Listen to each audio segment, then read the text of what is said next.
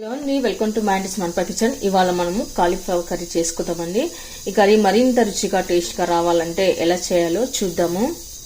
ఇక్కడ నేను ముందుగానే కాలీఫ్లవర్ తీసుకొని కట్ చేసి క్లీన్ చేసి కడిగి పెట్టుకున్నానండి. నీళ్ళలో నానేసి పెట్టుకున్నాను. ఇప్పుడు మనం మరొక బౌల్ తీసుకొని ఇందులో స్టవ్ మీద పెట్టుకొని వాటర్ని హీట్ చేసుకోవాలండి. వాటర్ కొద్దిగా వేడెక్కిన తర్వాత కొద్దిగా పసుపు వేసుకోవాలి. అలాగే కొద్దిగా సాల్ట్ కూడా వేసుకోవాలి. తర్వాత మనం కట్ చేసి పెట్టుకున్న కాలీఫ్లవర్ ముక్కలు ఇందులోకి వేసుకుందాము. ఇలా చేసుకోవడం వలన కాలీఫ్లవర్లో ఎక్కడన్నా బ్యాక్టీరియా ఉంటే అదంతా వెళ్ళిపోతుందండి. అలాగే క్లీన్ కూడా అవుతుంది.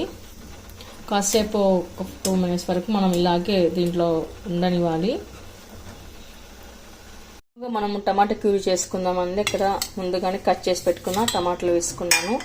ఆ తర్వాత జీడిపప్పు కూడా వేసుకుంటాను. మీ దగ్గర ఉంటే వేసుకోండి, లేకపోయినా పర్వాలేదు. కానీ వేయడం వల్ల కర్రీకి మాత్రం మంచి టేస్ట్ వస్తుంది. ఇక్కడ మనం కాలీఫ్లవర్కి ఎలాంటి సాస్లు వేయకుండా టమాటా కెచప్ సాస్ ఉంటాయి కదా, అలాంటివి ఏమి వేయకుండా ఇలా క్యూరీ చేసి పెట్టుకొని వేసినట్టు మంచి టేస్ట్ వస్తుంది. ఇలా ఫైన్గా గ్రైండ్ చేసి పెట్టుకోవాలి. తర్వాత మనం కాలీఫ్లవర్ అంతా తీసుకొని ఒక ప్లేట్లోకి తీసి పెట్టుకుందాము.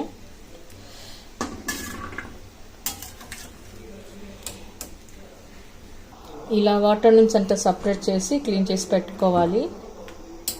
ఇలా అంతా క్లీన్ చేసి పెట్టుకున్న తర్వాత ఇప్పుడు తాలింపు వేసుకుందాము. కడాయి పెట్టుకుని అందులో కొద్దిగా నెయ్యి కానీ బటర్ కానీ వేసుకుందాము. తర్వాత కొద్దిగా ఆయిల్ కూడా వేసుకోవాలి. తర్వాత ఆయిల్ హీట్ అయిన తర్వాత మనం సన్నగా కట్ చేసి పెట్టుకున్న గార్లిక్ వేసుకోవాలి. వెల్లుల్లి ముక్కలు వేసుకోవాలి. ఇవి వెల్లుల్లి కాస్త వేగిన తర్వాత కట్ చేసి పెట్టుకున్న ఆనియన్ కూడా వేసుకోవాలి. ఇప్పుడు మనం ఆనియన్ కాస్త కలర్ మారే వరకు కలుపుకొని పెట్టుకుందాము. 2 గ్రీన్ చిల్లీ వేసుకోవాలి. పసుపు, సాల్ట్, కరివేపాకు. ఆనియన్ ఎర్రబడ్డ తర్వాత మనం మిక్సీ పట్టి పెట్టుకున్న టమాటా ప్యూరీని వేసుకొని కలుపుకోవాలి. ఇప్పుడు టమాటాలోని పచ్చివాసన పోయే వరకు మనం కలుపుకొని పెట్టుకుందాము. కాస్త ఉడకనివ్వాలి. ఇలా ఉడికించుకున్న తర్వాత కొద్దిగా కారం, రెడ్ చిల్లీ పౌడర్ వేసుకోవాలి. సాల్ట్ తగినంత, ధనియా పౌడర్, తర్వాత జీరా పౌడర్, ఇవన్నీ వేసాక కలుపుకొని పెట్టుకుందాము. మనం కొద్దిగా కర్డ్ వేసుకుందాము. ఇంత బాగా కలుపుకొని పెట్టుకుందాము.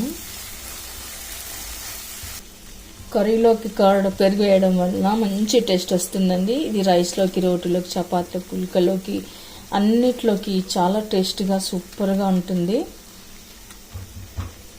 తర్వాత ఇప్పుడు మనం వాటర్ వేసుకుందాము.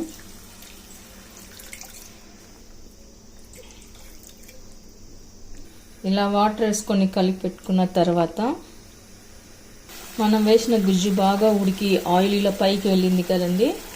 పైకి తెలిన తర్వాత మనం ఇప్పుడు కాలీఫ్లవర్ని వేసుకుందాము. తర్వాత మనము లెడ్ పెట్టేసుకొని ఒక 5 minutes వరకు మగ్గనివ్వాలి. కర్రీ బాగా ఉడికి ఇలా దగ్గర పడ్డ తర్వాత